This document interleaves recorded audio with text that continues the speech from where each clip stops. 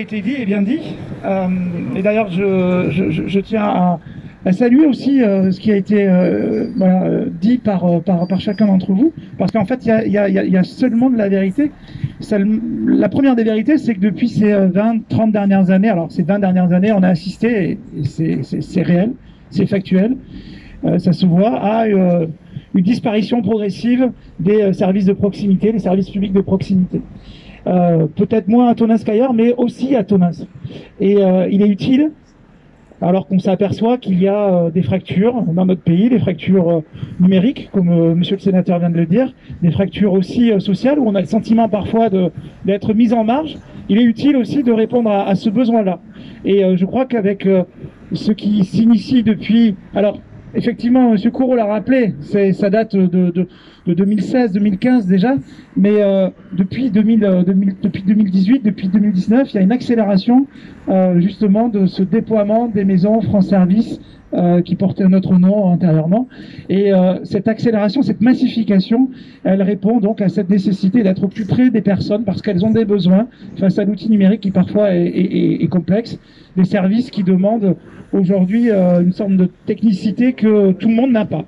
Et pour avoir circulé un petit peu sur l'ensemble du département de Lot-et-Garonne, de la circonscription, j'ai pu voir que ces maisons France Service rendaient énormément justement de services à la population. Et c'était un plus pour chacun des territoires qui pouvaient en bénéficier. Et d'ailleurs, je tiens à signaler ici l'action qui est menée par la municipalité de Tonneins, qui est sacrément gâtée depuis ces dernières années. Alors elle est gâtée parce qu'elle le mérite. Enfin, il y a Action Cœur de Ville, il y a le territoire d'industrie. On a voilà, des entreprises qui sont aidées ici, qui s'installent. Vous avez tous entendu parler de Carriole, par exemple. Alors, on a la maison France Service aujourd'hui qui vient. Et tout ça, c'est pour montrer que des territoires comme Tonneins ont un avenir. Et l'État est là, et la puissance publique est là pour l'aider, pour permettre à toutes ces personnes qui vivent dans un territoire comme celui du bassin tonninquais de pouvoir être ancrées justement à cette dynamique qui fait jour un peu plus chaque jour. Je voulais remercier le groupe La Poste aussi, qui est souvent en communication avec moi.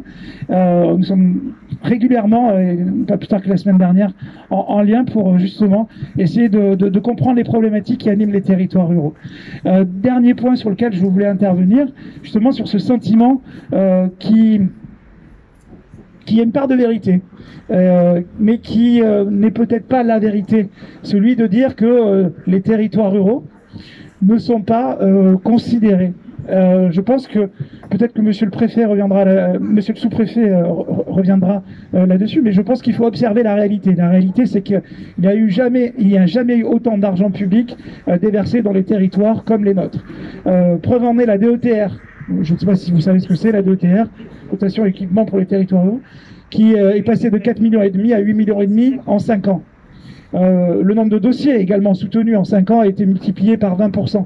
C'est simplement pour montrer qu'il y a une action qui est portée par l'État, évidemment, mais aussi c'est un choix politique qui a été fait pour soutenir les territoires comme le nôtre. De la même manière, la dotation globale de fonctionnement a cessé de diminuer alors qu'elle baissait de manière excessive et très rapide jusqu'en 2017, et il a été décidé d'arrêter justement cette saignée pour les finances locales.